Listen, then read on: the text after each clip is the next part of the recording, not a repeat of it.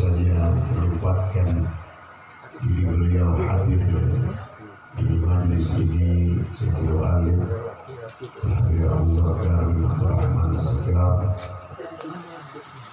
juga sahibul majlis Barakatul Habib Sallallahu Alaihi Wasallam Ustaz Muhammad Hasan, yang kita doain semoga Allah Ta'ala berkahi dakwahnya, berkahi majlisnya, dan semua yang terlibat dalam acara ini Allah Ta'ala berikan rezeki yang banyak. Amin. Diberikan rezeki yang banyak, yang halal, yang barokah. Tahun ini bisa pergi umroh, tahun depan bisa pergi haji, bisa bikin kontrakan 200 pintu, satu pintunya 2,5 juta, bisa nyekolahin anak sampai kedokteran, bisa ngawinin anak, bisa ngawinin laki. Jangan. Ya amin ya. Mudah-mudahan yang jomblo pulang dari sini ada yang jodoh. Yang udah dapat jodoh dapat lagi. Buat saya tidak. Amin dong. Amin ya Rabbal. Saudara-saudara sekalian, para pecinta Rasulullah Sallallahu Alaihi Wasallam, alhamdulillah saya senang melihat jamaah walaupun hujan tetap semangat. Ini bukti dan akan menjadi catatan khusus nanti di hari kiamat. Ini akan diputar ulang. Ini kita duduk di sini nih akan diputar ulang. Kameranya nih, ini siapa nih? Yang nyorot, makhluk. Nanti akan diputar ulang satu persatu wajah kita. Jam 10:30 masih duduk menjedok, dingin kedinginan, karpetnya, terpanya kebasahan. Tapi ini menjadi bukti cinta kita kepada Nabi Muhammad. Ini kalau nggak maulid, kita nggak duduk kayak begini, betul. Hujan-hujan begini, dingin-dingin, enak gini hari ngapain?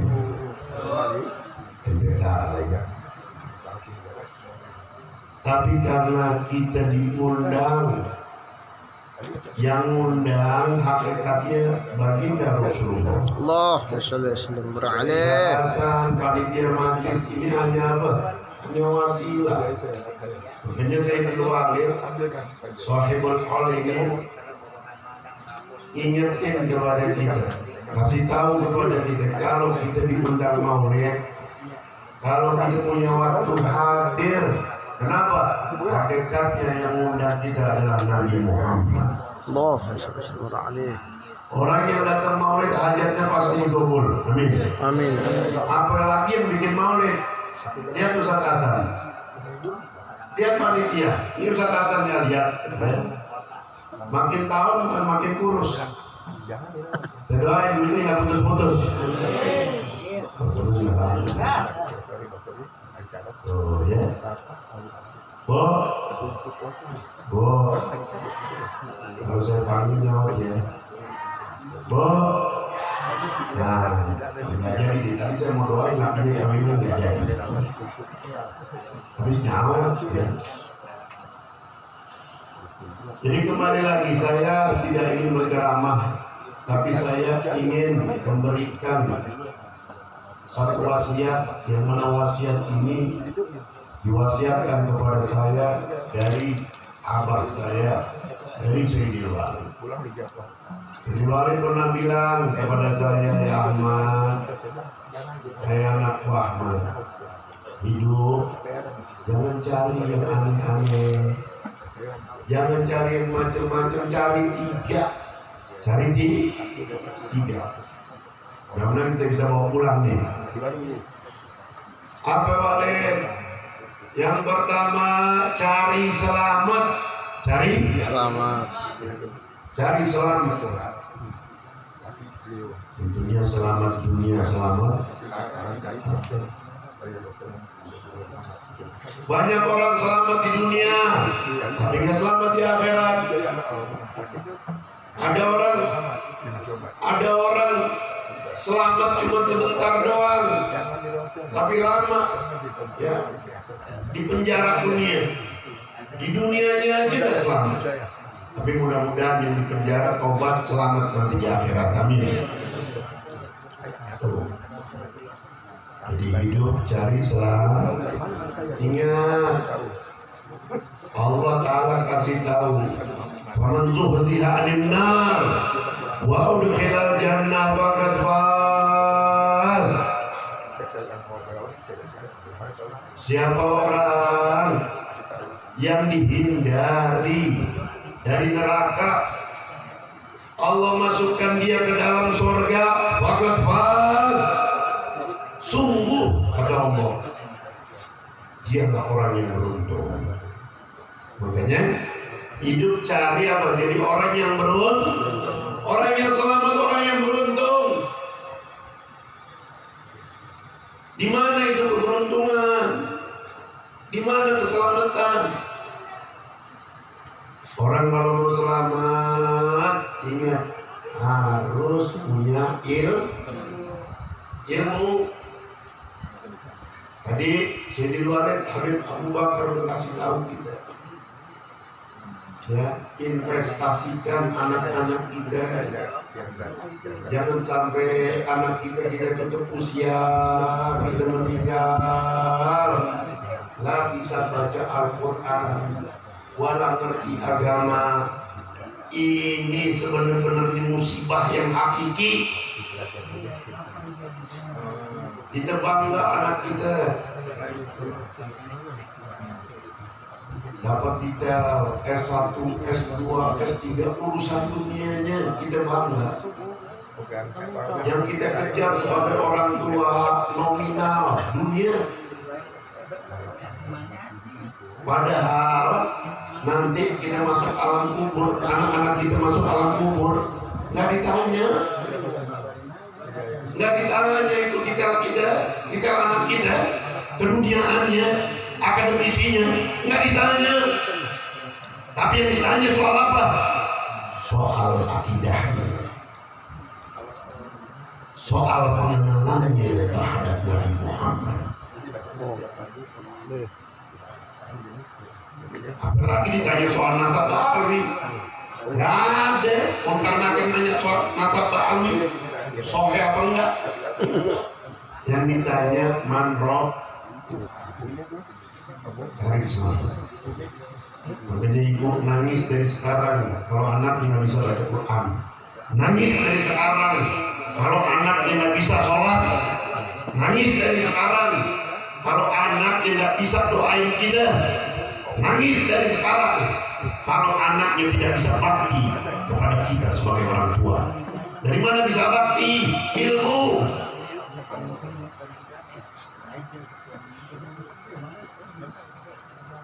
Anak-anak di sekolah umum berapa jam dididik dengan pendidikan agama? Berapa jam pendidikan agama?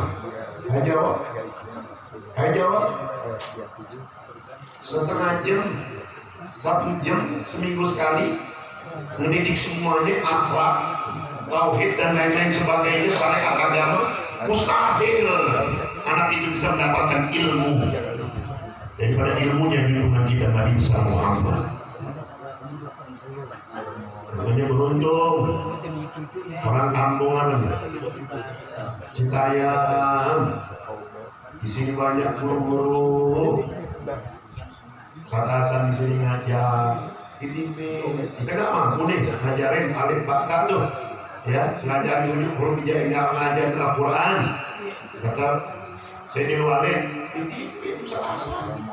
Jangan dititipin doang tuh anak, biar ada pikiran buah ya. Oh, iya. Itu nikah juga. Ya, giliran guru privat bahasa Inggris 1 bulan 2 juta dibayar berani. Giliran guru baca Al-Quran, guru yang ngajarin Quran, guru yang ngajarin syariat, guru yang ngajarin ibadah, guru yang ngajarin sholat, guru yang ngajarin agama. Ya Allah, dikasih bocah sebulan dong, bengek tuh guru. Inna lillahi wa inna ilaihi. Ya kembali lagi, ya. Jadi kalau mau selamat, orang kalau mau selamat harus belajar akidah. Ya, di majelis ilmu diajarin dari dasar akidatul awam, dikenalin sama anak-anaknya Nabi, ibunya Nabi, istri-istrinya Nabi, ya, putra dan putrinya Nabi, dan semua nabi-nabi yang harus kita ketahui nama-namanya. Ya, diajarin. Tadi saya di luar itu Abu Bakar bilang namanya doang Islam, tapi keyakinannya non Muslim.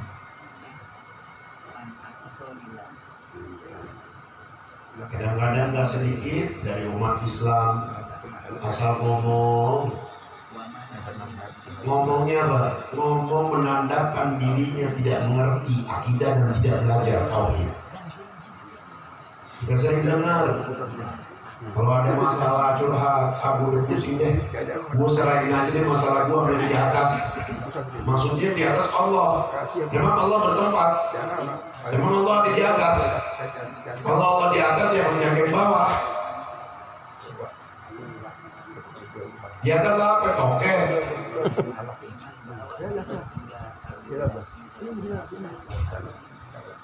Ini ibu-ibu kalau mau selamat harus belajar akidah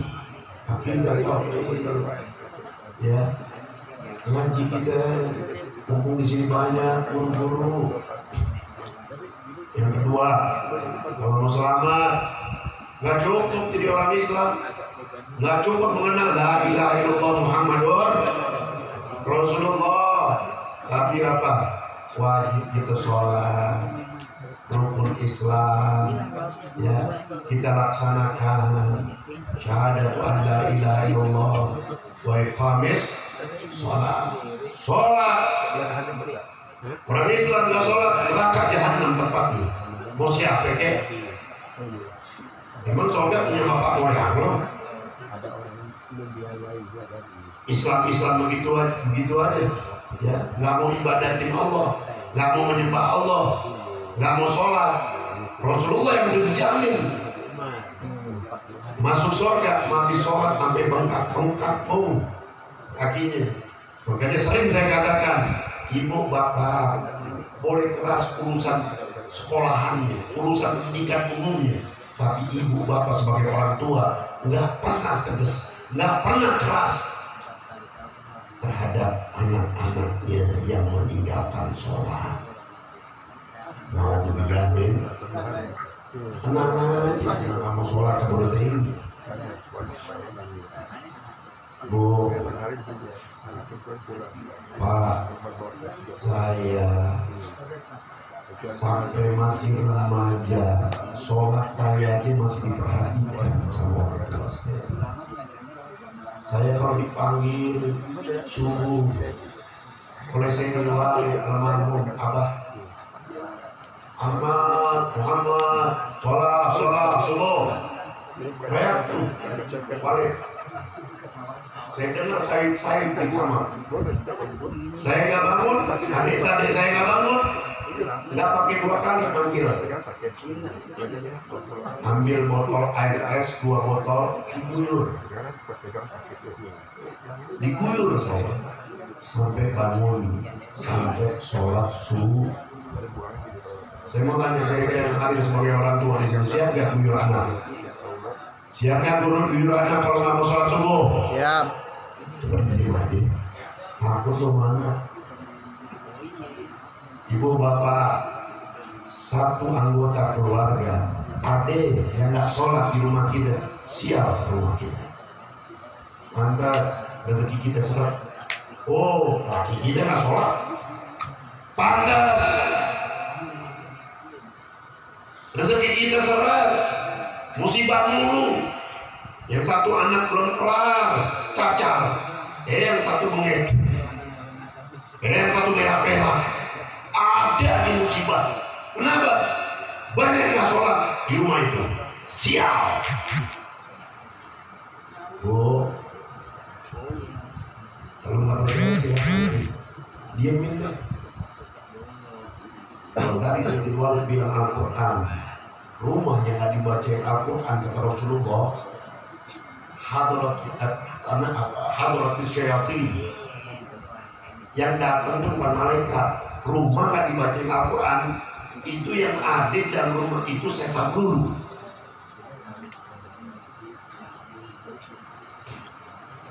Malaikat kabur. Kadang apa? Bini ngelihat laki setan mukanya. Apa lagi? Apa lagi? Coba diem aja. Bantuin dong. Ya, apa lagi? Laki ngeliat bininya. Ada orang suami, ya Allah, ngeliatin bininya mukanya kayak setan. Kenapa begitu? Digelanjutin setan. Kenapa? Rumahnya nggak pernah dibaca Al-Quran. Nah ini pentingnya. Ya. Jadi kalau mau selamat nggak cukup orang ya cuma beragam Islam tapi nggak ibadah, neraka jahanam tempatnya.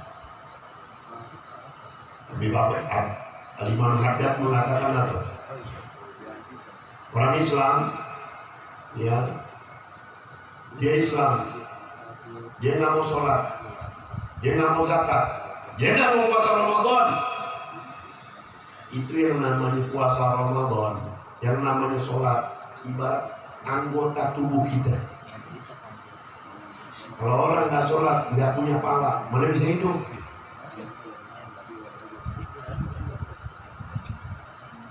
Nggak bisa. Ya, kalau kita mau selamat harus apa? Udhulu fisilmi kafah. Harus melaksanakan. Masuk Islam jangan setengah-setengah, ibadah jangan setengah-setengah. Jika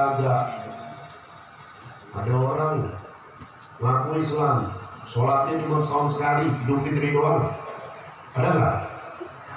Di sini ada nggak? Allah. Di sini ada nggak? Allah. Di sini ada nggak? Hah?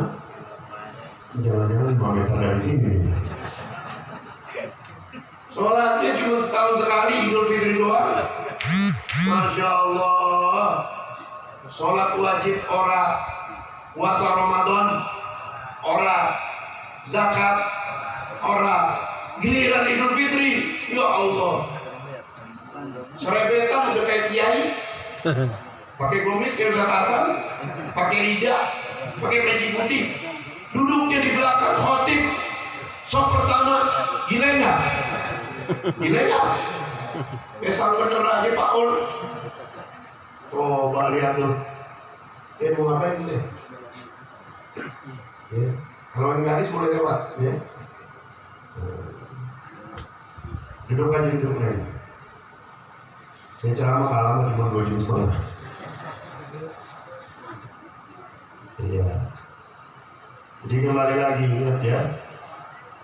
Jangan Bu, ya Ibu kalau sayang sama anak, jangan takut sama anak. Ya, kalau urusan hak Allah, jangan Ibu lembek, jangan Bapak lembek, jangan. Ya, nggak ada toleransi. Kalau anak melawan, kita masukin lagi ke perut Bu. Bisa nggak? Saya ingat saya punya kakek, saya di Walid, saya di Jib, Abdul Rahman. Saya punya nenek kan Haji Barkah. Nenek saya asal hamil. Ini nenek saya ini luar biasa, seorang istri yang solehah. Anaknya nggak banyak, cuma 21. Jadi saya yakin yang ada ini nggak ada yang punya sebanyak itu. Sayyidul Jid Abi Abdurrahman asal nenek saya hamil, berdoanya begini, ya Allah, jika jabang bayi yang ada dalam perut istriku, rahim istriku akan menjadi anak yang manfaat dunia dan akhirat, panjangin umurnya. Tapi kalau nggak manfaat, buru-buru ambil. Buat apaan anak banyak, pukulin semua. Betul? Mendingan banyak manfaat, betul nggak? Lagi dua, yang satu jadi begal, yang satu kurang main celor. Ya Allah, innalillahi wa inna ilaihi. Nah, jadi minta manfaat dunia, akhirat.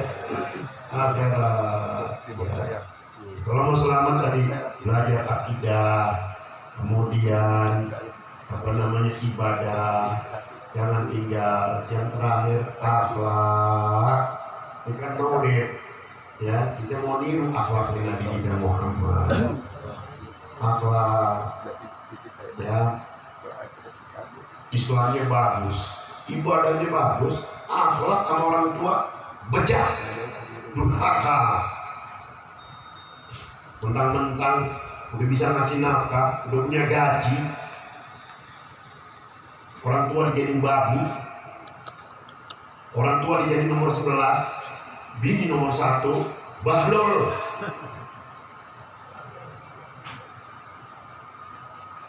Ini kebalik, apalagi kita orang laki, emak kita nomor 1, bini nomor 2.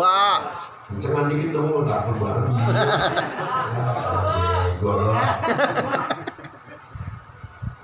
No, Alqamah, sahabat Nabi, susah matinya. Sampai Nabi yang kakinya nggak bisa mati. Ditanya, kenapa ini Alqamah ikut perang sama Rasulullah. Alqamah belajar ngajinya, ilmunya Rasulullah, muridnya Rasulullah. Kita murid Ustaz Hasan. Alqamah muridnya Rasulullah, sholatnya di belakang Rasulullah, mau mati susah. Kata Nabi, kenapa dosanya apa? Ada yang kasih tahu, dia masih punya ibu ya Rasulullah. Panggil ibunya. Nabi bilang, wahai Ummu Alqamah, ini anakmu mau sekarat, ini anakmu mau mati. Apa masalahnya denganmu? Ya Rasulullah, anakku Alqamah ini ya Rasulullah, anak durhaka ya Rasulullah. Sejak dia menikah berubah 180 derajat, berubah. Dia tidak lagi memperhatikan aku ya Rasulullah. Dia tidak memperdulikan aku, yang diperdulikan hanya dirinya ya Rasulullah. Kira-kira ada yang mulai begitu di sini? Di sini ada nggak? Mana orangnya? Hati-hati ente. Allah tidak terima la sorfan pada adla. Biar tunggang-tungging lagi ini Alqamah. Kurang apa? Sholatnya pernah tinggal, lagi menabi, muridnya Nabi. Nggak bisa ngucapin la ilaha illallah Muhammadur. Masalahnya cuma satu, ibunya nggak ridho. Ibunya nggak ridho. Remaja-remaja nih, adik-adik, hati-hati kalian. Suksesan kalian itu bukan karena sekolah kalian yang tinggi. Ya, Ustaz Hasan nggak sekolah tinggi-tinggi. Ya, SMA juga belum tamat, betul nggak? Kok tamat? Ya jangan deh. Udah nggak? Saya sekolah nggak tamat. Ya. Tapi apa yang saya mau Tuhan kasih. Cuma kawin lagi aja dong. Ya, kan gitu. Keberkahan orang tua, ridho Allah, ridho itu kuncinya selesai. Jadi ingat nih, ibu bapak yang didik anak-anak kita supaya mereka ini birrul walidain. Ya, akhlak, ingat ya, akhlak terhadap orang tua. Kalau kita mau tunggang-tungging sholat rajin, puasa rajin, tiap bulan umroh, bukan tiap tahun lagi, tiap bulan ente umroh. Itu Mekah udah kayak Jakarta Surabaya, bahkan Jakarta Bandung. Ente sholat di Hijri Ismail, Allah gak terima sholat ente. Kalau ente bikin pegel, ibu ente bikin pegel, bapak ente bakal nggak terima, udah titik. Ini kunci kesuksesan adalah ridallah biridal. Ini pesan saya. Ya. Sekolah itu apa namanya, hanya apa? Hanya media. Sekolahnya media. Oh, orang terkaya di Kalimantan, Haji Hisham, konon pendidikan terakhirnya itu SMP, tapi penghasilannya dia punya harta 100 triliun. 100, ya Allah, ini 1 triliun misalnya kan 100 triliun ya, ini 1 miliar 2 miliar aja nih kalau bikin cendol di Kelab Bumi kampung, betul nggak? Ya Allah, ini nggak ada jaminan ya. Itu Haji Hisham, keberkahan orang tua ya, ini pesan saya. Jadi cari selamat, yang kedua cari barokah, cari barokah. Berkah ada apa? Tadi membaca Al-Quran. Berkah dengan apa? Dengan kita ngaji, hadir majelis ilmu. Berkah dengan apa? Ya, dengan kita birrul walidain, bakti sama guru, dan lain-lain sebagainya. Yang terakhir, hindarin dosa. Hindarin dosa.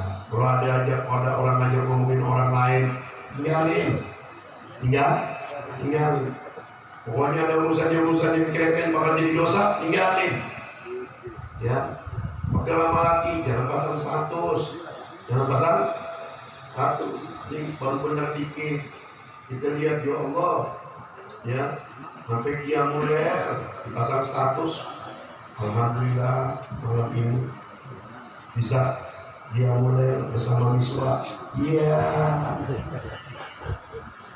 Ragu luka. Jangan urusan ibadah jangan orang tahu. Habaan cuma saja. Ya.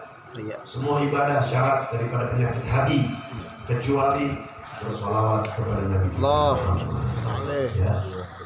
Kembali lagi.